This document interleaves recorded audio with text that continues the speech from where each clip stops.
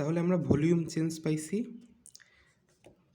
V not minus V one করে del V পেয়েছি। Del V is equal to আমরা লাস্টে পেয়েছি এ এস সি, এরিয়া আর এই সেটেলমেন্টের যে হাইট টু থিকনেস বলি যেটাকে, সেটা পেয়েছি। আচ্ছা, এরপরে এটা হলো ভলিউম চেঞ্জ পেয়েছি। আচ্ছা, এখন হচ্ছে হলো কি আমাদের যে ভলিউমের পরিবর্তনটা হয়েছে, এই যে ভলিউমের পরিবর্তনটা, এটা তো আসলে ভয়েরই পরিবর্তন, তাই না? ভলিউম অফ সলিড তো কোনো পরিবর্তন হয় নাই। ভলিউম অফ সলিডটা একদম ওর মতো স্টেবলই রয়েছে। আমরা শুধুমাত্র ইয়ারটুক বেড়ে যাচ্ছে, অর্থাৎ ভলিউম অফ ভয়েড নিয়ে আমরা কাজ করতে, ভলিউম অফ ভয়েডটুকু বেরোতেছে। তাহলে সেই ক্ষেত্রে আমাদের যে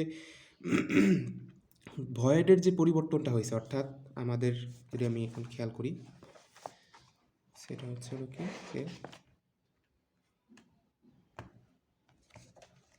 তাহলে আমার কি হচ্ছে যে এখানে আমরা বলতে পারি যে ভলিউম অফ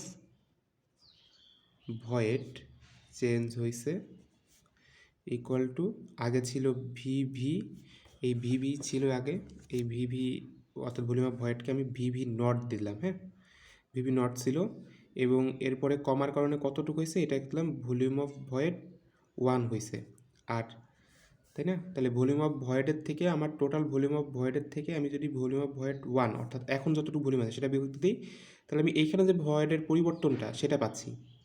অর্থাৎ ইকুয়ালটা আমি লিখতে পারি ডেল ভি ভলিউম অফ ভয়েডের পরিবর্তন, ঠিক আছে? ভলিউম অফ ভয়েডের পরিবর্তন, যেই ভয়েডের পরিবর্তনটাই আসলে ডেল ভি।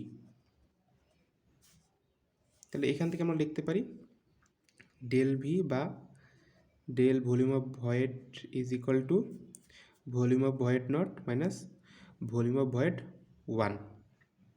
ক্লিয়ার? আচ্ছা, তাহলে এখান থেকে আমরা volume of void 1 equal to, তাহলে আমরা লিখতে পারি তাহলে del V is equal to del VV equal to del V is equal to আমরা লিখতে পারি del V equal to, del V মানে কত, A S C equal to volume of void not minus volume of void 1। তাহলে এটা আমি যদি equation 1 দিই, এটা ইকুয়েশন 2 দিলাম। ওকে, আচ্ছা, এখন আমাদের ভয়েডের যে চেঞ্জগুলো সেটা আমরা পেয়ে গেছি, ভলিউম অফ ভয়েড আর ভলিউম অফ ইগুলা পেয়ে গেছি। এখন হচ্ছে হলো কি আমাদের ভয়েড রেশিওতে আমরা চলে যাব। হ্যাঁ, ভয়েড রেশিও যদি আমরা যাই, তাহলে ভয়েড রেশিও শুনে আমরা কি জানি, void ratio is equal to আমরা জানি যে ডেল ই, অর্থাৎ ডেলি পরিমাণ ভয়েডের রেশিও যদি হয় তাহলে সেটা হচ্ছে হলো volume of void by volume of solid, অর্থাৎ del v v by del v s, তাই তো আমরা জানি। আচ্ছা, বা আমরা লিখতে পারি এখান থেকে del volume of void is equal to del e into v s. Clear? Okay, তাহলে এখান থেকে আমরা volume of void is equal to লিখতে পারি ডেল ই ভিএস। আচ্ছা, তাহলে 1 আর 2 থেকে আমরা করে তো আগেই পেয়েছি যে del V is equal to del V V V, অর্থাৎ ভলিউমের যে পরিবর্তন সেটা তো আসলে ভয়েডের পরিবর্তনটুকু, কারণ আমার তো সলিড পোর্শনটুকু একদম স্টেবল রয়েছে, ও আর বেরোইতেছে না, is equal to A S C equal to del E volume of solid, তাই তো? সরি, এ এস সিটা তো বড়, ইন্টু ভিএস। তাহলে এটা ইকুয়েশন দিলাম আমি 3। আবার আমরা কি জানি, যে আবার আমরা জানি যে ভয়েড রেশিও, এটা তো আমার ডেলি পরিমাণ পরিবর্তনের কারণে টোটালতে ভয়েড রেশিওটা e naught is equal to আমরা কি জানি, same volume of void by volume of solid. তাহলে e naught equal to volume of void by volume of solid, e naught is equal to volume of solid, অর্থাৎ total ভলিউমের থেকে যদি আমি volume of solid বিয়োগ দিই, total ভলিউমের থেকে আমি যদি ভলিউম অফ সলিড বিয়োগ দিই তাহলে তো আমি ভলিউম অফ ভয়েড থাকে, তাই না? ইজ ইকুয়াল টু এখান থেকে লিখতে পারি v naught by v s minus v s by v s equal to v naught by v s minus 1 বা e not plus 1 equal to volume of void by volume of solid, বা আমরা লিখতে পারি volume of solid equal to v naught by E not plus 1। Clear? আচ্ছা, তাহলে এটা আমি equation দিলাম 4। এই যে ভলিউম অফ সলিডের মানটা পাইছি, এটা আমি 3 নাম্বার ইকুয়েশনে বসাই দিব। তাহলে এখানেই যদি আমি 3 নাম্বার ইকুয়েশনে যদি বসাই দিই, তাহলে আমি কি পাবো? তাহলে 3 হতে আমি পাইতেছি, 3 নাম্বার ইকুয়েশন থেকে আমি পাইতেছি, 3 নাম্বার ইকুয়েশন যদি আমি লিখি সেটা হলো যে আমি পাইতেছি volume of void equal to del VV equal to area s c equal to del e v s বা a s c equal to del e into volume of solid পাইছি আমি v naught by u naught plus 1, বা আমি লিখতে পারি area s c equal to del e into v naught মানে কি volume, ভলিউমের সূত্র কি area into height by E naught 1 plus, তাহলে এই এ আর এ কাটা যাবে, তাহলে আমি এখান থেকে পাচ্ছি কত এসসি ইকুয়াল টু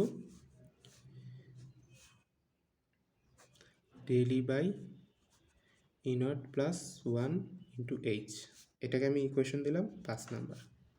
ক্লিয়ার? আচ্ছা, এখন হচ্ছে হলো আমার যে সিসি অর্থাৎ কনসলিডেশন ইন্ডেক্স, এটা নিয়ে কাজ। আচ্ছা, for normal concentrated consolidation NCC, হ্যাঁ, এনসিসির জন্যে অর্থাৎ নর্মাল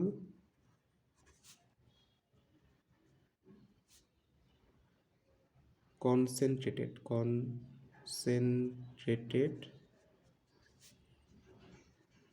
কনসলিডেশন। আচ্ছা, what is normal concentrated consolidation যদি আমি একটু আলোচনা করি, সেটা হলো যে আগে প্রেশার ছিল কম অর্থাৎ পি নট, এটার ক্ষেত্রে যদি আমি চিন্তা করি এই যেটা করতেছি এটা, তাহলে আগে ছিল পি নট, এখন হয়েছিল চাপটা আমি বাড়াই দিছি, ঠিক আছে, বেশি চাপ পড়ছে, এখন চাপ দিচ্ছি আমি P1, তাহলে আমার কি হবে, এটা হলো আমার বেশি চাপ প্রয়োগ করতেছে মাটির উপরে, তাহলে এই ক্ষেত্রে আমার যেটা হয় সেটাকে বলি নর্মাল কনসলিডেশন তো হবেই, কিন্তু যেই কনসলিডেশনটা হবে সেটা হলো নর্মাল কনসেন্ট্রেটেড কনসলিডেশন। আর একটা টার্ম আছে সেটা ওভার কনসলিডেটেড কনসলিডেশন, ওসিসি। ওসিসিটা কি, যে আগে প্রেশার কম ছিল, আগে ছিল P1 আর এখন হচ্ছে প্রেশারটা রিডিউস হয়ে যেতেছে, হ্যাঁ, এটা হলো ইনক্রিজ হচ্ছে প্রেশারের ইনক্রিজ, আর এটা হচ্ছে রিডিউস, প্রেশারটা কম হয়ে যেতেছে পি নট, অর্থাৎ এই ক্ষেত্রেও কিন্তু আমাদের কনসলিডেশন হবে, সেটা হলো ওসিসি। তো আমাদের নর্মাল কনসেন্ট্রেটেড কনসলিডেশনের ক্ষেত্রে যদি আমরা কনসলিডেশন ইন্ডেক্স সিসি লিখি, সেগুলো সিসি ইজ ইকুয়াল টু, আমি এর আগে দেখাইছি ভিডিওর প্রথমেই, যে del E by del P, অর্থাৎ ভয়েড রেশিও আর প্রেশারের যে রেশিওটা সেটাই হচ্ছিল আমাদের কনসেন্ট্রেশন ইন্ডেক্স সিসি, ঠিক আছে। আচ্ছা, এখন যদি আমরা এই জিনিসটাকে লগ স্কেলে রাখি, অর্থাৎ লগ স্কেলে আমি আগেও আলোচনা করছি, লগ স্কেলে যদি আমি আঁকি তাহলে মানে বা রাখি, তাহলে আমার কি হয়, যে সিসি ইকুয়াল টু হয় del E by log del P, তাই না? তাহলে del E by log del P, del E by log del P. আচ্ছা, লগ ডেল পিটা কি, অর্থাৎ প্রেশারের পরিবর্তনটা, তাহলে প্রেশার আমি যদি নর্মাল কনসেন্ট্রেটের ক্ষেত্রে আমার প্রেশার ফার্স্টে ছিল কত পি নট, এবং প্রেশারটা কী হয়েছে বৃদ্ধি পাইছে P1, পরিমাণ বৃদ্ধি পাইছে, বৃদ্ধি পাওয়ার কারণে আমার কী হয়েছে, প্রেশারের যে পরিবর্তন, তাহলে প্রেশারের পরিবর্তন হয়েছে ডেল পি, পরিমাণ পরিবর্তন হয়েছে, P1 হলো বড় মাইনাস পি নট ছোট, তাই না? তাহলে এই তো আমাদের ডেল পি,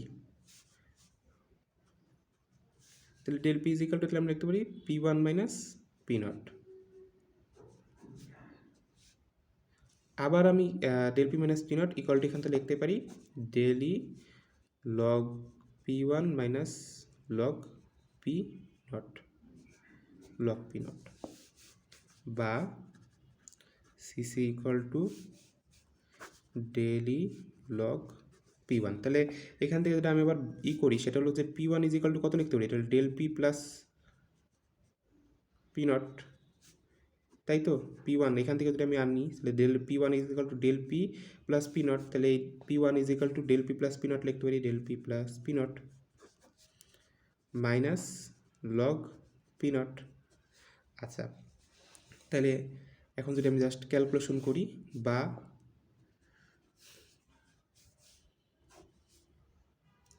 আমি কি পাচ্ছি তাহলে, ডেল ই ইকুয়াল টু এটুকু একটু গুণ হয়ে যাবে CC consolidation index into log del P plus P not by P naught. Okay, যেহেতু লগ আছে মাইনাস আছে, সেহেতু মাইনাস থাকলে ভাগ হয়ে যায়, প্লাস থাকলে গুণ হয়ে যায়, এই তো লগের নিয়ম। তাহলে ডেল ই, তাহলে এই যে ডেল ই সমান আমি এই মানটা পেয়েছি CC into log del P P not by P not, এই মানটা যদি আমি এখন এখানে বসাই, অর্থাৎ এই ডেল ইতে পুট করি, del E is equal to এত, এখানে যদি পুট করি তাহলে আমি এখানে পুট করলে কি পাই, অর্থাৎ ফ্রম ইকুয়েশন 5, তাহলে এখানে পুট করলে আমি পাচ্ছি SC equal two H E not plus 1 পাইসি কত সিসি ইন্টু লগ, তাহলে এই যে হলো সিসিটা, সিসি ইন্টু কত পাইছি log log del P plus P not by P naught. আশা করছি আপনারা সবাই বুঝতে পারছেন। যদি তাও সমস্যা থাকে বা হয় তাহলে আমাকে জানাবেন। আসসালামু আলাইকুম।